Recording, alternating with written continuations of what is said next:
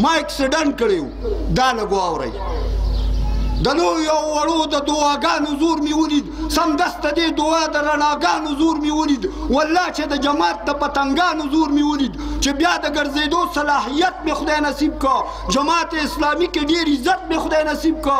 او زه پروت محترم شبیر احمد راته ولاړو خالد بقاس او بل مشتاق احمد راته ولاړو ارشد خان سیوزی ډاکټر صمد راته ولاړو خپه د جماعت هر یو وزیر راته ولاړو امیر سراج الحق خپه دلګیر راته زما غریب پرسان له خلک ډېر راغلی وو حاجي حبیب رحمان صاحب د بونیر راغلی وو قاضي اسف لقمان په خپل ځاني راته ولاړو د اوښکو ډکې سترګې رباني راته ولاړو 200 کسان د سوات او دیر تپوس لراله زما نه چې خبر شو واګیر تپوس لراله او مجبوره کمانډنټ صلاح الدین دې سرته ناستو 2-3 جوړه حزب المجاهدین دې سرته ناستو د مرکزي اسلام نه هر یو کس راغلی وو امیر صابر حسین راله سمدس راغلی وو د ډاکټر عبدالمالک او اقتدار شکر گزار یم د ډاکټر جواد خان خوازاروار شکر گزار یم او د ډاکټر عبدالمالک سره مې ډېر زیات محبت دی چې بې لاله چکړی زما غریب خدمت دی زه اوس داسې الفاظو له د کمې را پیدا کړم